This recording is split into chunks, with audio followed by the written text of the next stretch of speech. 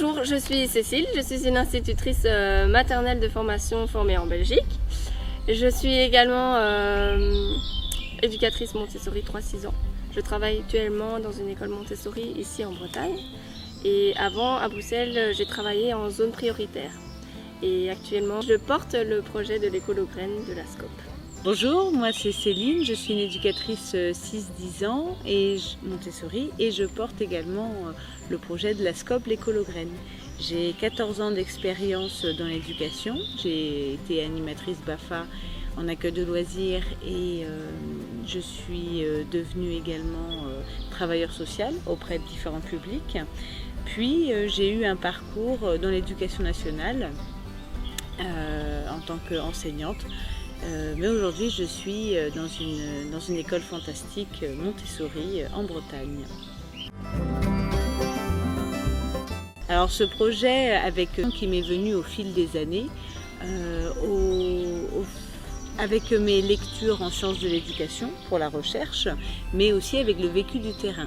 De là, je me suis dit que l'enfant, qu'il soit en très bas âge ou au niveau de la préadolescence, a besoin tout d'abord d'une écoute et d'un cadre bienveillant avec le nombre d'éducateurs nécessaires. L'enfant a aussi besoin d'être mis dans une perspective de travail ou de projet ou d'activité où ses talents vont être mis en valeur tout en développant bien sûr de nouvelles connaissances puisque c'est quand même l'objectif de l'école. Et enfin, je pense que l'enfant a grandement besoin de s'épanouir dans un environnement naturel, voire donc rural, voire même fermier, ce qui est le cas de l'écolo-graine, car l'éducation se retrouve face à une urgence écologique. C'est aujourd'hui un enjeu essentiel. Et donc j'ajouterais à cela tout l'aspect relationnel aussi, comme Céline en a parlé, vis-à-vis de l'enfant, mais aussi par rapport à l'équipe éducative et l'équipe parentale, puisque c'est aussi important de savoir s'écouter et écouter les besoins de chacun. Et puis aussi que l'école, ça se fait pas que dans la classe, mais ça se fait en dehors des murs aussi. Alors il faut savoir que l'enfant de 0 à 6 ans, il est dans l'esprit absorbant, donc il va absorber tout ce que son environnement lui indique et ce qui lui évoque chez lui. Donc c'est des expériences personnelles. Et aussi il faut savoir que l'enfant il va passer par des périodes dites sensibles, donc c'est des sensibilités particulières qui ont des durées et des densités variables. Et donc on va pouvoir, nous en tant qu'éducateurs, proposer une activité en fonction de ses besoins. Pour ce qui est de l'ambiance donc de la classe, elle est répartie en différentes aires. Il y a l'aire de mathématiques, langage, vie pratique, vie sensorielle, botanique. Toute la classe est organisée de façon à ce que l'enfant puisse venir prendre le matériel de façon autonome. L'école maternelle, c'est pas seulement acquérir des connaissances, c'est surtout construire sa confiance en soi et son estime de soi pour pouvoir, chez les plus grands, aborder les apprentissages en étant serein et bien dans sa peau. Alors chez les 6-10 ans, la pédagogie Montessori consiste à proposer une ambiance ou une salle de classe où l'enfant va consolider et développer des apprentissages fondamentaux ainsi qu'une culture générale grâce à un matériel esthétique et sensoriel réparti, comme nous l'a expliqué Cécile juste avant, dans différentes aires. Donc chez les 6-10, nous avons aussi l'aire de langage, l'aire de mathématiques, mais aussi différentes aires qui portent autour de penser le monde. Donc là, nous retrouvons l'histoire, la géographie, l'éducation civique et morale, les sciences, donc la chimie et la biologie. Nous faisons énormément de biologie dans les écoles Montessori, car en effet, nos sorties au niveau de l'écolo-graine, qu'elles soient en forêt ou à la ferme, ont pour objectif de connecter les enfants avec ce milieu, car il n'y a pas de biologie si on ne sort pas avec ses élèves.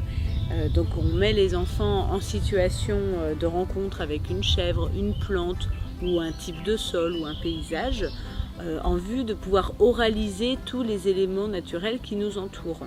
Car s'il n'y a pas de mise en mots, il y a des comportements inappropriés, voire même des défauts d'empathie. C'est ce que nous vivons, mine de rien, au niveau de la crise écologique.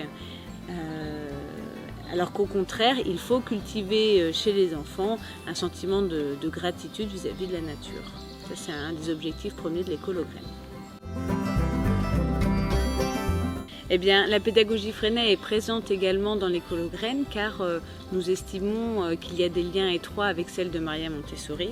C'est-à-dire que le pédagogue va partir des centres d'intérêt de l'enfant pour faire jaillir des apprentissages fondamentaux. Et ce qui est extraordinaire, c'est que le travail scolaire, dans ce cas, ne va pas être vécu comme une tâche très imposée où tout doit être bien réalisé. Non, là, le travail va être au contraire considéré comme une tâche qui a du sens et une tâche qui est nécessaire pour l'enfant. L'enfant va même vivre ces temps de réflexion avec passion. C'est comme ça qu'en partant des dinosaures, des vikings ou de l'Égypte antique, le pédagogue arrive à l'amener vers des travaux de langage ou des travaux de mathématiques ou du repérage dans l'espace.